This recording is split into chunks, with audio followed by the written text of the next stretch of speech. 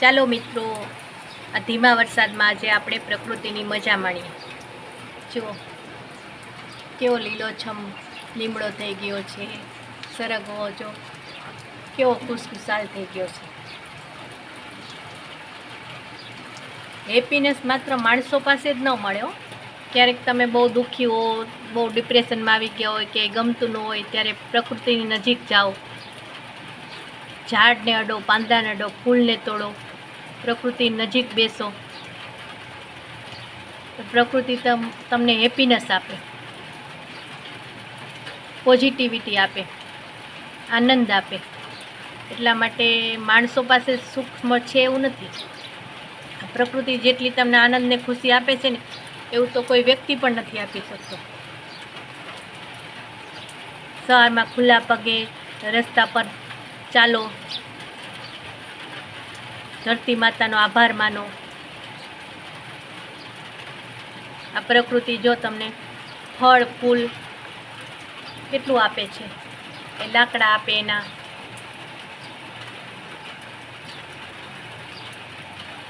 બદલામાં કાંઈ અપેક્ષા નથી રાખતી.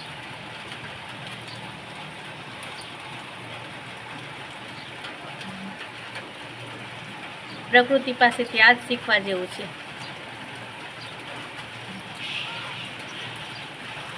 સવારમાં સૂરજ ઉગે ને આપણને કેવી રોશની આપે, એનું લાઇટ બિલ ભરવું પડે છે આપણે કોઈ દિવસ?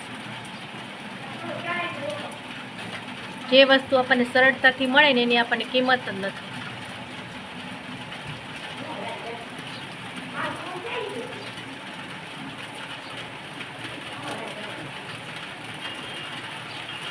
તો આ ધીમા ધીમા વરસાદમાં પ્રકૃતિમાં ઝાડ પાન પર બેઠેલા પશુ પક્ષીઓ કેવા કિકિયારી કરી મૂકે છે, અને કેવા ખુશખુશાલ થઈ ગયા છે.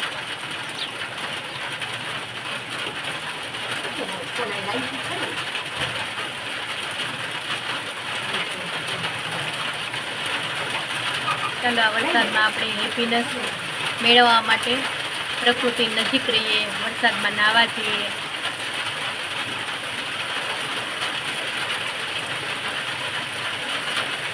અને આ વખતે આપણે નક્કી કરીએ કે આપણાથી બનતા જેટલા વૃક્ષો વધારે હોવાય એટલા વાવીશું. વધારે નહીં તો 5-5 વૃક્ષો તો બધાએ વાવવાનો જ તેવો, એવું મનથી નક્કી કરવાનું. અને પછી જુઓ તમારા જીવનમાં કેટલી ખુશી આવે છે, કેટલો આનંદ આવે છે.